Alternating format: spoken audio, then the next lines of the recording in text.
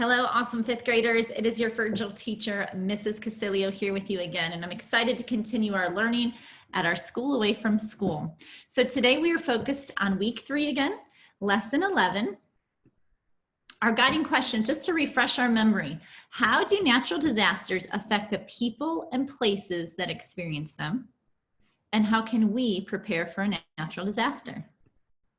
The materials you will need today are the text that we read yesterday, Island Where Monkeys Live and Are Studied Was Damaged by Hurricane, Lesson 11, our Lesson 11 note catcher, and a sharpened pencil. Go ahead and press pause and collect your materials.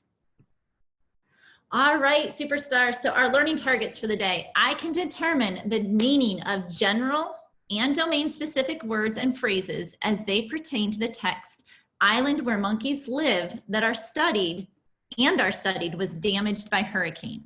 So again, we've had this learning target in previous weeks, but let's just unpack this again just to remind ourselves what this exactly means. So I can find out the meaning of general, so just general vocabulary words within our text, and domain-specific words that pertain to the content of the text. So we're going to look at unfamiliar words and we're going to find out the meaning.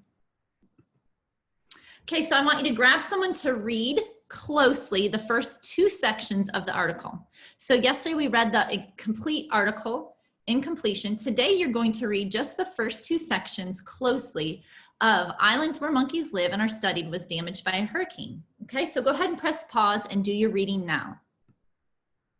All right, so you had a chance to read. I want you to stop and think. What were those 2 sections mainly about?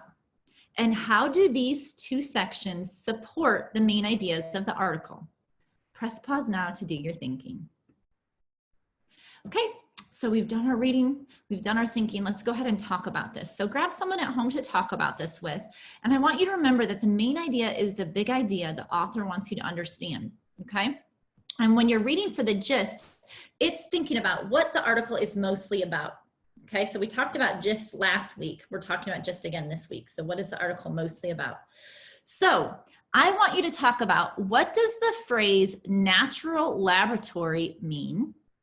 And what clues can you find in the text that help you understand the meaning of this phrase?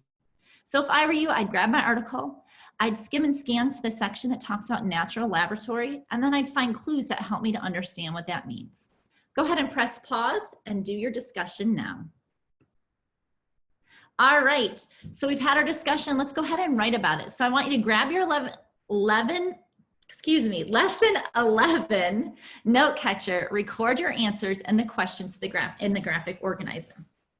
So let's take a look at this graphic organizer together. You can see at the title it's at the top. I'm having a hard time with my words today, friends. At the top is titled Lesson 11 Note Catcher. So the directions say, read the first page of the article, record your work below. Let's take a look at those 4 sections. The first section says, what is the meaning of the phrase, the island is a natural laboratory? So you just had a discussion about this. I want you to go ahead and write the meaning in there. And then the clues that support your answer. The third section says, what is a synonym? Now remember, a synonym is a word that means the same thing. It's just a different way of saying it for the word natural. So think of another word that means the same as natural. And how does this phrase support the main idea of the text? So go ahead and take some time to do your writing now. Press pause, and when you're finished, come on back. All right, 5th graders, so in closing, I want you to share your writing with someone at home. Tell why you chose to write what you did. When you're finished, go ahead and do your 20 minutes of reading with a friend, a family member, or caregiver. And then our fluency. Ask an adult to read the text to you, and you follow along. Then practice reading the text at least 2 times on your own. So in total, you'll have read the text 3 times. Remember, our fluency practice all ties in so that we can continue to read with expression and fluency, and we're gonna see our growth by the end of the week. All right, have an amazing day. So excited to be doing this learning with you guys. I appreciate you, and I will see you tomorrow. Bye.